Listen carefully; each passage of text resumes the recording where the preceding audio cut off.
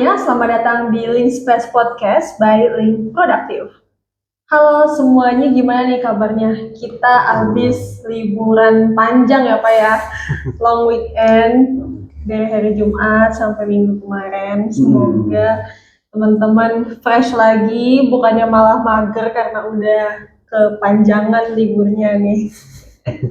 Oke, kalau Bapak gimana Pak? Bapak semangat atau kayak mager sih? Harus semangat, harus semangat ya. Harus semangat. Terus produktif, malah kalau di hari libur kita produktif terus kayaknya. Oh iya. Oh. Harus gitu deh kayaknya, kalau enggak nanti ke bawah suasana ya. Iya sih. Iya, kalau Bapak produktif terus ya. Ritmenya harus dijaga lah. Harus dijaga biar nggak mager. Betul. Ya, Oke. Mau bahas apa kita hari ini? Nah, kita hari ini bahas ini Pak, tentang dunia HR nih Pak. Tentang interview. Yaitu interview kerja, gimana sih caranya supaya tidak gugur di meja HR. Jadi nggak cuma dipanggil interview, tapi juga bisa diterima lah gitu Pak. Caranya itu gimana? Nah ini harusnya saya nanya Aida harusnya ya. Ya dong, kan ini POV dari HR-nya nih gitu kan, bukan dari peserta. Nah itu gimana tuh Pak? Mungkin yang pertama tuh ini sih Pak, tentang kira-kira metodenya pakai metode apa gitu untuk menjelaskan diri, menunjukkan nilai diri kita lah supaya diterima. Dan ada rekomendasi metode tertentu atau gimana? Aduh, metode ya. Kayaknya kalau metode itu kayak terlalu berat banget gitu.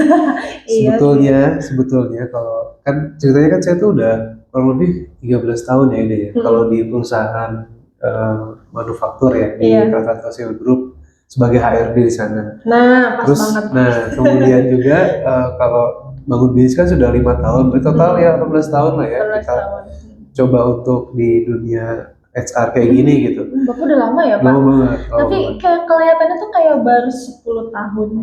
Maksudnya masih muda gitu loh Pak. Udah lama banget. Udah hampir 20 tahun. Udah hampir 20 tahun. Nah, jadi memang kalau disimpulkan ya Aida ya, kalau kita dari yang sesederhananya gitu, jadi metode yang kita gunakan sebetulnya nggak terlalu susah amat gitu ya. Jadi yang penting adalah yang dibahas pertama tadi ya, produktif tiap harinya. Nah, produktifnya itu ngapain? Nah, kita kan berproses nih ya. Sejak kita sekolah, kemudian sejak kita kuliah. Nah, mungkin ini juga ngerasain pasti. Nah, ketika sekolah itu kita harus lebih produktifnya, nggak hanya ngejalanin waktu sekolah aja, tapi juga kita harus ngejalanin hal-hal yang sifatnya magang, ya kan, yang sifatnya berkaitan dengan portofolio kita kerja gitu ya. Terus kemudian kalau kita lagi kuliah juga sama tuh, kita harus aktif juga. Ya tadi kalau misalkan ada organisasi, tapi jangan hanya organisasi Aida. Kalau saran saya itu adalah juga aktif ngikutin magang-magang juga, ya kan. Kalau dulu tuh ada zamannya. Kalau sekarang ya ada namanya magang berdampak ya. Kalau sekarang mungkin Aida udah lewat ya, udah lulus ya. Kalau zamannya Aida kan belum lama itu, di setahun 2 tahun itu kan berkaitan dengan magang MSIB itu, magang dan studi independen bersertifikat. Nah itu bisa diikutin tuh. Jadi artinya produktifnya itu lebih banyak dibandingkan kita hanya sekedar sekolah atau hanya sekedar kita kuliah. Nah itu jadi kita dapat dua-duanya. Kan kalau sekolah itu kan yang paling penting apa sih? Sertifikatnya kan. Tapi kalau sertifikat kuliah juga sama, kuliah. Lulus apa sih pentingnya? Ijazahnya sama. Ijazah sekolah sama ijazah kampus ya. Keseringan di LPK nih, sertifikat gitu. Nah, tapi juga ditambah lagi dengan sertifikatnya. Nah, sertifikatnya apa? Sertifikat magang yang paling utama. Dua-duanya sama aja sih sebenarnya, sertifikat magang. Itu yang paling penting. Magangnya magang apa? Magang kerja, ya kan? Magang yang sesuai dengan passion kita. Jadi setidaknya ketika kita lulus, itu kita sudah punya pengalaman dan portofolio yang selaras dengan apa yang kita tujuan karir kita betul, tujuan karir kita mau seperti apa. Nah, jadi kayak gitu. Nah, kadang-kadang juga kita sering ditanya juga ya, metodenya apa nih supaya kita bisa percaya diri pada saat interview kerja gitu. Nah, sebetulnya percaya diri itu muncul ketika kita sudah punya pengalaman. Jadi nggak bisa dibuat-buat, nggak bisa dihafalin juga. Bener. Kalau dihafalin nih ya, pengalaman saya kalau dihafalin, misalkan kita nggak punya pengalaman apa-apa gitu ya. Iya. Kita lulus aja, sekolah aja, kuliah aja gitu murni. Habis itu kita bisa dong dihafalin, kan banyak tuh ya cara jawab pengen HRD tentang pengalaman kayak gini-gini. Tapi begitu kita dihafalin, udah ngeblank. Iya betul. Ngeblank di depan HR ngeblank. Ngeblank betul. Nah, ternyata yang buat kita percaya diri itu adalah apa yang kita sudah lakukan itu ternyata bisa bisa menjadi kita tuh banyak bisa bercerita. Iya. Gitu loh. Dan gak dihafal. Bener. Iya nggak? Bener sih Pak. Betul, nah Karena itu. percuma juga kalau misalnya nggak ada pengalaman, tapi kita ngapal jawaban. Iya. Karena kan kayak dibuat-buat gitu ya Pak. Tapi kalau kita ada pengalaman, itu kita ngalir aja menceritakannya. Dan itu kan kita berarti jujur kan? Jujur. Nah, jujur untuk menceritakan apa yang kita lakukan. Dan biasanya HRD itu akan menggali pertanyaan dari CV yang kita tulis. Iya, nah, itu. Betul. Jadi kalau misalkan CV yang kita tulis, nah jadi gini loh, banyak yang bilang bahwa CV kan bisa kita bagus-bagusin, nggak apa-apa juga gitu kan, kita nggak ngelakuin, kita bisa tulis juga. Nah begitu digali, ketahuan aja. Ketahuan. Kalau CV-nya nggak jujur. Benar. Nah makanya kita tuh baiknya ya prosesnya harus yang pas gitu loh. Nah ini yang mumpung masih aktif sekolah, SMK atau SMA yang mau kerja. Sekarang SMA juga banyak yang kerja loh, Ida. Banyak. Jangan salah loh. Iya. Jadi kita nggak terbatas SMK doang ya. Ini ya kalau misalnya SMK, SMA yang masih sekolah, mulai banyakin pengalaman magang, ya kan? Yang kuliah juga sama. Benar. Pengalaman magangnya itu bisa pelatihan dengan kita juga bisa, pelatihan by project dengan kita juga boleh, gitu loh. Nah jadi seperti itu. Nah kalau sudah kayak gitu, nanti di CV-nya banyak pengalamannya udah. Jadi kita kalau ditanya sama HRD akan lebih percaya diri lagi. Gitu, Aida. Jadi metodenya tuh metode kayak gitulah. Pengalaman ya. Iya, itu. Simpelnya gitu. Iya. Bener sih Pak. Nah, tapi kalau dari ini sih Pak, POV HR nih. Kan Bapak HR selama 15 tahun ya. Nah, itu kan Bapak udah banyak dong menginterview kandidat-kandidat. Benar. Nah, itu apa sih Pak kayak do and don't-nya dari kita pencari kerja gitu? Kayak Bapak tuh biasanya dari POV HR tuh ada beberapa yang wah red flag nih dari kandidat gitu. Jadi supaya kita tuh menghindari hal itu gitu. Red flag ya. Red flagnya dan juga green flagnya. maksudnya kalau ini kandidat ternyata begini, ambillah kayak gitu, diterima deh gitu. Itu gimana?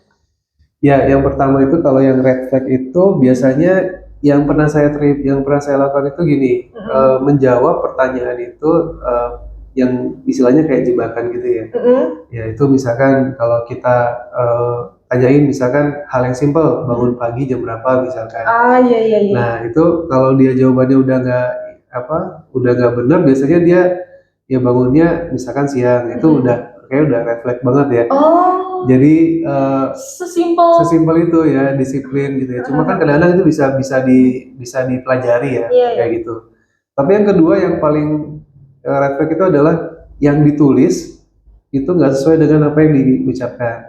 Iya. Karena kita kan bisa feeling ya, bisa ngerasain sebagai HR tuh dia nulis apa, ketika kita tanya kok kayak belibet jawabnya gitu. Nah itu kan nggak meyakinkan tuh. Nah itu kayaknya udah red flag banget ya gitu.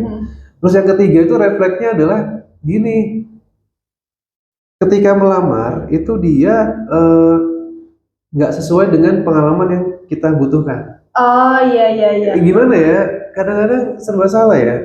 Banyak yang di luar sana bilang, wah saya baru lulus ya, wajar dong nggak punya pengalaman gitu. Nah sekarang udah nggak bisa lagi ngomong kayak gitu ya, serius.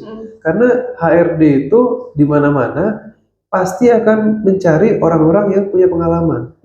Itu udah pasti. Nggak munafik ya Pak ya. Iya. Pasti diambil tuh yang minimal udah ada basicnya. Iya betul. Nah apalagi kan kita tuh saingannya banyak nih Aida.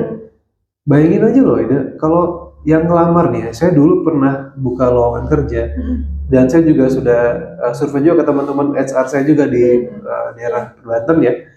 Itu kalau misalkan kita buka satu lowongan kerja, yang melamar itu minimal itu 1.000. Iya. 1 berbanding 1.000 kan. Iya. Itu fakta loh itu. Yang dibuka satu, iya. Itu minimal loh itu. Benar. Ada yang lebih banyak lagi loh. Ada yang lebih 2.000 dan 3.000 gitu. Nah, bisa dibayangkan kalau 1:1000, teman-teman di sana yang punya pengalaman yang relate dengan lokernya lawan kerja yang dibutuhkan gitu. Ya udah pasti red flag lah gitu. Nah itu loh, jadi ya gampangannya kayak gitu. Terus juga jangan terlalu kayak rendah diri ya. Oh iya. Rendah diri itu kayak saya nggak bisa apa-apa, tapi juga jangan terlalu sombong juga. Gimana ya? Tengah-tengah lah gitu ya. Jadi sesuai dengan porsinya aja gitu tuh. Jadi nah itu semua yang red flag tadi itu sebetulnya bisa diatasi dengan kita punya pengalaman tadi loh. Udah insya Allah deh, kalau misalkan punya pengalaman, insya Allah akan bisa lebih baik lagi. Entah itu nanti cara jawabnya juga akan ngalir dan nggak akan terasa kelihatan sombong, nggak akan kelihatan rendah diri juga. Terus juga dia akan nyambung dengan apa yang ditanyakan. Udah, itu akan enak banget gitu. Bener-bener. Kayak gitu sih. Jadi apa ya? Secara nalurinya itu kalau kita udah punya pengalaman akan lebih cocok. Iya. Gimana sih Aida gini loh, bener interview. Kan kita bicara interview kan. Interview itu apa sih? Ngobrol kan?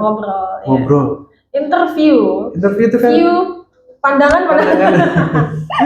Ya kan ngobrol kan Aida. POV lah ya. Iya, POV ngobrol gitu kan. Nah, kalau kita ngobrol sama orang yang nggak nyambung tuh gimana sih gitu? Iya, bisa udahan aja nggak ya? Nah, itu aja sih gampangannya. Iya, benar sih Pak. Jadi saya tuh ngerasa dulu tuh saya nggak pernah percaya ya kalau bisa baca orang dari pertama kali kita ngobrol gitu ya.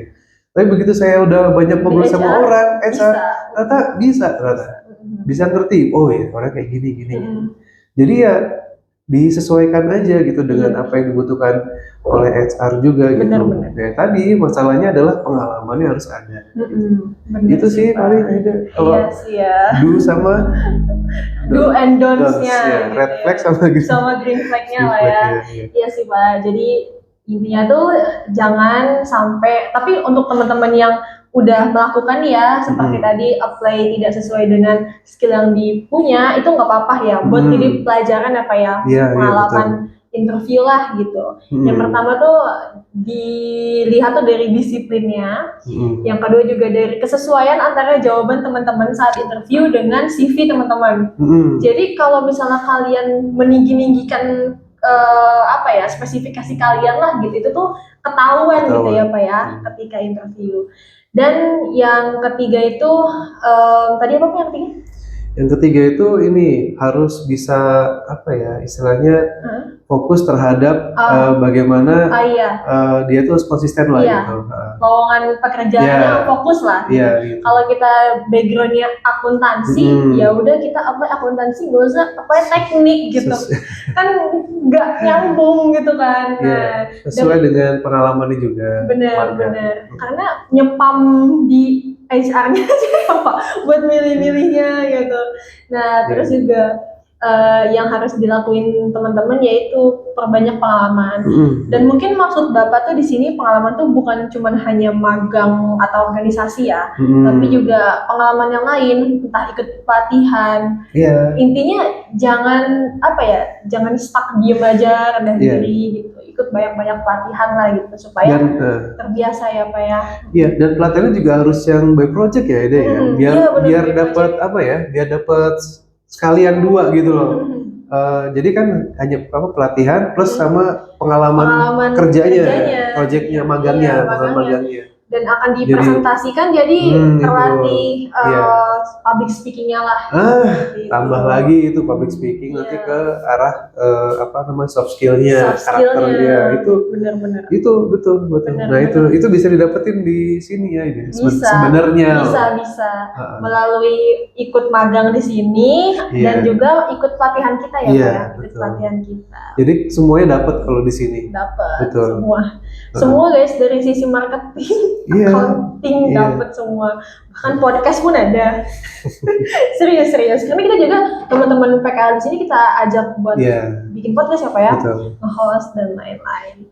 Oke Pak, nah terakhir nih Pak, ada nggak sih Pak tips and trick supaya bisa lolos gitu? Kalau tadi kan red flag-nya ya, kalau tips and trick itu misalnya apakah CV-nya lebih baik formatnya ATS daripada kreatif, dan seperti apa gitu yang meningkatkan peluang lolos? Nah, iya. Jadi ini menarik ya ide ya. eh, saya mungkin hampir sama dengan pertama, tapi saya ada tambahan sedikit. Boleh. Nah, jadi gini, kalau kita mau cari pengalaman, itu juga harus pengalaman yang bisa berdampak pada bisnis tersebut Iya, ketika dia magang. Iya. Nah, jadi maksudnya gimana? Ya, yang namanya magang itu kan pasti kan dia melakukan suatu pekerjaan tuh, job desk-nya apa. Nah, jadi jangan hanya job desk-nya apa, tapi juga harus dia itu bisa mengukur kemampuan dia dalam mencapai target di usahanya di magang itu, Contoh nih, misalkan dia sebagai digital marketing. Nah, dia setelah berhasil membuat sebuah konten gitu kan, dan ternyata kontennya itu bisa mendapatkan berapa views, berapa engagementnya gitu. Nah, itu atau meningkatkan followernya menjadi berapa, atau selama ada di sini kan subscriber sudah nambah berapa gitu. Iya. Nah, jadi kayak gitu. Jadi dia punya pencapaian. Nah, achievementnya apa? Nah, itu yang luar biasa berpengaruh besar ya. Jadi kalau HRD yang ngelihat hal kayak gitu, dia pasti akan nanyain tuh. Oh, ketika interview dia menceritakan achievement dia gitu ya. Iya.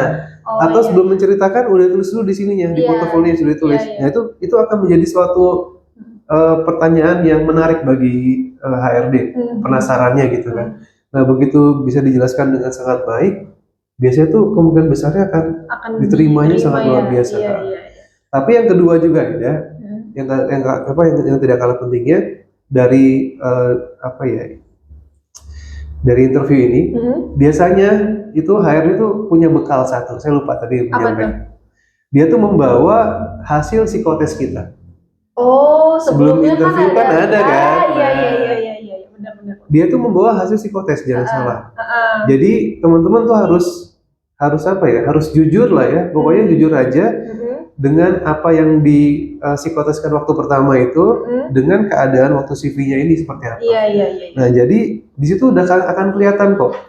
Jadi kalau misalkan teman-teman nanti dibandingkan dengan hasil psikotes sama CV-nya seperti apa, udah nanti dikaitkan. Kalau memang cocok pasti akan jalan terus. Nah, yang penting adalah bagaimana kita bisa mengerjakan psikotes dengan baik. Nah, benar sih. Itu dia. Bener. Itu juga punya trik-triknya juga tuh. Psikotes tuh. Itu ada sih Pak. Panjang lagi. Nanti kita bahas lebih lanjut lagi, itu nggak mungkin di sini. Bener. Bisa, bener Pak. Saking tahap psikotes tuh penting juga ya Pak ya. Karena kan itu kayak gerbang awal untuk menuju interview ya. Iya, betul. Banyak banget tuh Pak, apa sih yang mengadakan pelatihan lah gitu tentang ya mungkin CPNS gitu, atau apa, biasanya kan kalau perusahaan besar tuh dia punya lembaga rekrutmen khusus gitu ya Pak ya. Misalnya menggunakan Talentix misalnya, atau SHL kayak gitu. Itu kan perlu latihan ya Pak ya. Perlu latihan. Karena agak mustahil sekali tes lolos tuh, agak mustahil karena emang waktunya itu ngebut banget. Iya, betul. Benar. Yang penting ya itu bisa dipelajari. Ya kan itu kan mudah ya. Tapi yang susah itu adalah prosesnya. Maksudnya gimana? Maksud tadi proses kita ketika masih sekolah, masih kuliah, itu harus kan itu prosesnya kan nggak instan kan. Jadi harus harus konsisten gitu loh. Dia kalau punya pengalaman gitu. Bener sih Pak. Karena kalau psikotes tuh mudah dipelajari, serius. Sebulan aja kalau sama kita gitu ya belajar bisa gitu. Kita punya toolsnya juga kan. Iya. Gampang gitu. Iya. Tapi jangan dilupakan. Alhamdulillah. Nanti dekat aja Pak. Ya, aman. Oke. Ya gitu ya. Apa lagi kira-kira? Itu sih Pak, tentang tadi kan tips and triknya ya. Tadi udah Bapak sampaikan gitu kan. Dan memang juga nanti di akhir ada disesuaikan nih hasil psikotes dan juga CV dan juga interview penyampaian dia gitu, penyampaian dia dalam interview dia gitu. Oh iya, satu lagi ya, ada mungkin bahasa tubuh ya, mungkin harus gerak jangan sampai ngeliatin dia terlalu kayak orang yang malah sombong gitu, atau jadi harus yang proper aja ya, gimana ya, bahasa tubuh ya, apa sih kayak gitu? Benar bahasa tubuhnya apa ya terlihat percaya diri gitu kan, jangan terlalu nunduk atau terlalu begini. Iya betul. Harus yang proper aja lah, yang Tapi saya yakin sih Aida, kayak gitu-gitu tuh akan ngikutin loh. Nih, poin pertama tuh urutannya yang paling berpengaruh adalah dalam prosesnya, dalam sekolah ataupun kuliah, cobalah aktif banyak program, banyak kegiatan.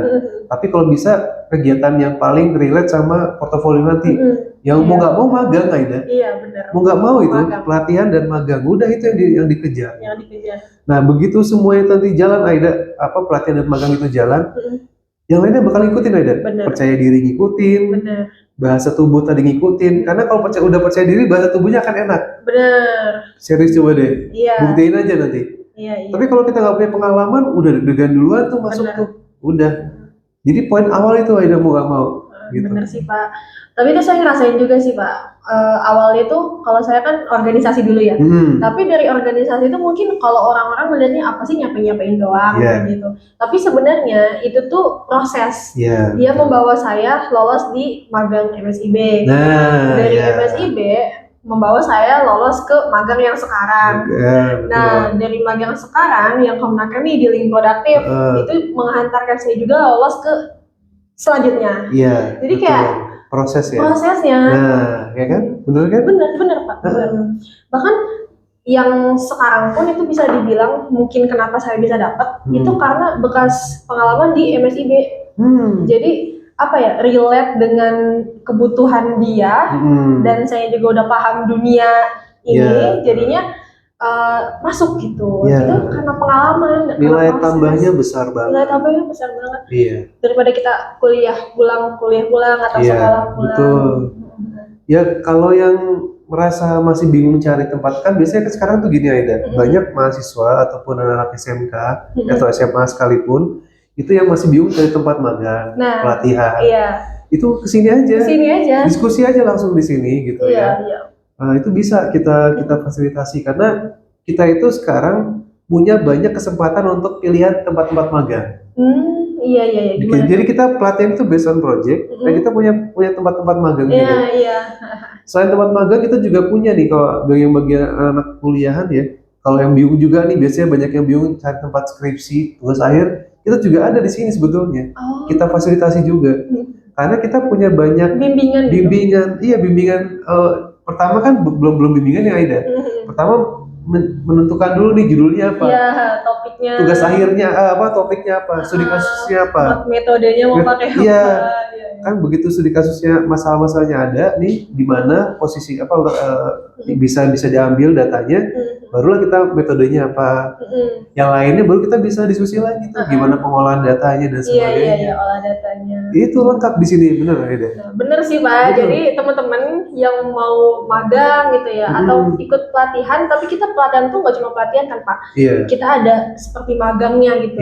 Karena based on project gitu. Nggak cuma belajar online, selesai tugas beres enggak gitu. Setelah itu bisa diintegrasikan dengan tadi tugas akhirnya dia kalau mau. Iya benar. Nah itu skripsinya kalau bingung. Jadi di sini tuh sebetulnya lebih enak ya. Jadi bisa paket lengkap banget gitu. Iya, benar. Dalam proses untuk mengarungi kelulusan kalian gitu loh. Iya. Bahkan itu kan proses menuju lulus. Setelah lulus sampai dapat kerja juga bisa dibimbing kita. Betul. Nah, benar. Bagi yang misalkan nih baru dengar podcast sekarang kan kita ini, wah telat nih saya udah lulus gitu kan. Nah, jangan bilang telat. Enggak apa-apa. Kesini aja. Kita nggak ada yang telat, yang penting ada kemauan. Cuma kalau udah lulus biasanya butuh waktu tuh untuk bisa pengalamannya. Karena Aida banyak yang gini. Yang udah lulus itu kebanyakan pengen langsung dapat kerja tuh. Iya benar. Nah nggak bisa kayak gitu. Nggak bisa. Harus berproses dulu. Jadi daripada di rumah nggak ada kerjaan, mendingan di sini aja join di sini kan. Bener. Kayak Aida nih kan, join di sini nih sebelum dapat kerjaan gitu kan. Mendingan join di sini daripada di rumah ngapain kan gitu. Benar. Nah karena gini Aida, ini juga penting ya. Satu lagi nih tips triknya. Biasanya HRD itu akan menanyakan. Misalkan ada gap year misalkan ada jarak waktu. Benar. Ketika habis lulus dengan pada saat di interview pada saat itu gitu ya. Sekitar 3 bulan atau 2 bulan contoh misalkan. Itu pasti akan ditanyain, kamu ngapain aja 2 bulan 3 bulan pasti gitu kan. Nah itu bener makanya daripada di rumah ngapain dia di sini aja jadi bisa jawab pertanyaan tadi. Bener Ditanya juga kayak gitu kemarin. Tanya juga terus kayak ya gitu kan dia ngepoin LinkedIn saya juga dong. Dan udah post kan Pak yang waktu itu. Terus ya ditanya-tanya gimana ya cerita aja magang di Link Produktif gitu program Kemenaker waktu itu belajar apa aja banyak lah saya diajak gitu. Ditanyain beneran ditanya. Karena memang pasti kalau ada jarak itu kesempatan tuh. Itu juga salah satu penilaian teman-teman. Penilaian bener itu tuh kayak dinilai kita tuh aktif gak sih, proaktif gak sih, apa nunggu nasib tiba-tiba datang gitu. Ada yang lucu, saya baru ingat ya, waktu saya banyak interview karyawan itu, ada yang jawab jujur loh Aida. Luar biasa jujurnya. Kamu ngapain aja pas dari lulus sampai sekarang? Ya saya ngelamar-lamar aja, habis itu saya di rumah gitu. Ya ada yang jawab kayak gitu loh. Ya kalau udah kayak gitu kita sebagai HRD gimana? Bingung ya. Kalau nggak dibalikin deh, kalau kalian HRD-nya gimana? Pasti akan nolak kan? Iya sih. Pasti akan ya ngapain gitu ya. Karena terlihatnya jadi nggak proaktif. Nggak proaktif. Ya, jadi semangatnya kayak kurang. Bener. Kalau yang di mana-mana itu ada juga yang jawab misalkan bantu usaha orang tua masih mending tuh. Bener iya Pak. Nah, itu. Bantu usaha orang tua banyak kayak gitu. Atau join di sini lah sekarang mah pilihannya. Bener. Jadi teman-teman untuk meningkatkan peluang kalian dapat kerja itu join aja ke sini. Datang dulu aja deh. Kalau misalnya belum tahu mau apa, misalnya nih Pak kan nggak tahu ya keinginannya apa. Maksudnya saya itu pengen kerja di bidang apa ya? Kan ada yang bingung juga. Nah itu datang aja dulu ke sini, nanti ngobrol sama Pak Giri dan tim yang kita. lain. Nah nanti kita insya Allah bisa bantu lah, gitu, mengarahkan gitu teman-teman mau kemana. Yang penting harus sabar Aida. Nah, bener. Karena kadang-kadang gini Aida, kalau udah lulus itu dia tuh nggak sabaran. Karena dia kan udah nggak punya kegiatan lagi tuh, pengen cepet dapat kerja aja. Ya berproses aja, tetap aja di sini aktif, tetap kayak Aida lah di sini aktif, tapi tetap aja apply kemana-mana gitu loh. Benar. Habis nanti ada kesempatan tes, ya nanti tinggal tes aja, nanti kita siapin bareng-bareng. Benar. Karena terus terang aja ya teman-teman, memang sih tadi kita ada tips and triknya dan ada ya ibaratnya kita udah ngobrol tentang gimana sih caranya supaya cepat dapat kerja. Tapi semuanya kembali lagi ke rezeki juga sih Pak. Kalau ya makanya tadi itu harus sabar gitu. Karena apa ya sih juga melihat teman-teman saya nih banyak yang terlihatnya tuh kayak waktu zaman kuliah tuh lebih wow gitu Pak. Tapi memang belum rezekinya gitu. Jadinya masih kayak kita lah gitu. Misalnya kayak saya yang belum fix gitu ya, belum pasti kayak gitu. Nah, tapi bukan berarti menurunkan harapan teman-teman, tapi intinya tuh yang penting mau usaha, mau berproses. Jadi hasilnya itu nanti insya Allah baik hasilnya. Cuman jangan jangan yang malah mengeluh terus kayak saya udah ikut ini kok tapi nggak dapat kerja terus ya. Karena kan semua juga bakalan mekar di waktu yang tepat gitu loh teman-teman. Yang penting prosesnya konsisten aja ya. Yang penting prosesnya konsisten, kita produktifnya konsisten gitu. Asalkan kita nggak di rumah aja. Daripada kita scroll di rumah nggak jelas. Di rumah nggak depresi. Nah, mendingan kita join aja ke sini. Yang penting sabar. Gitu. Sabar. Harus benar-benar produktif, sabar, perbaiki CV-nya, update CV-nya, udah kayak gitu. Bener banget. Udah. Karena progres tuh bukan cuma langsung dinilai langsung dapat kerja gitu. Tapi progres tuh teman-teman dari yang awalnya CV-nya ditolak terus, itu tiba-tiba ada panggilan tuh progres gitu. Jadi progres tuh nggak harus selalu dapat kerja gitu. Apalagi kalau dia waktu sekolah atau kuliah dia nggak ada kegiatan sama sekali. Nah join ke sini harus berpikirnya 6 bulan nggak ada kerjaan, harus gitu minimal. Mindsetnya juga belajar. Kalau misalkan ternyata 3 bulan dapat ya berarti bonus. Alhamdulillah. Karena itu sekali lagi karena memang harus dia punya pengalaman dulu gitu. Bener. Udah sih nggak ada yang lain sih Aida. Pokoknya fokusnya pengalaman kerja yang relate aja udah, nggak ada lagi yang lain. Portofolio. Bener sih, bener banget. Kita harus kayak gitu. Karena tadi saingannya banyak banget gitu. Bener. Dan mungkin satu lagi sih Pak yang menurut saya penting juga. skill komunikasinya sih, public speakingnya itu maksudnya gini, jangan cuma fokus terhadap hard skillnya, misalnya IT gitu Pak, atau apa, tapi juga public speakingnya itu Diasah. diasah, karena tadi seperti Pak Giri bilang, kita waktu interview kita dinilai juga gerak-geriknya, mimik wajahnya gitu, dan apa ya, kita pede atau enggak gitu, karena nggak percuma sih, tapi kita pinter banget tapi nggak bisa nyampeinnya itu, nanti HR-nya nggak melihat potensi kita gitu. Betul. Speaking. Yang penting gitulah. Iya sih, itulah. Ya, pokoknya kesimpulannya emang pengalaman kerja, magang nomor 1. Magang, benar. Insya Allah gitu. Magang dan pelatihan teman-teman. Ya. Oke deh, baik Bapak. Terima kasih. Itu dulu mungkin. Untuk bahas ke yang lain. Sesi interview and HR-nya gitu ya. Mungkin next kita bisa bahas lagi. Yang lain banyak sih tentang itu yang menarik lagi. Bener-bener sih Pak. Oke Bapak, see you in the next video.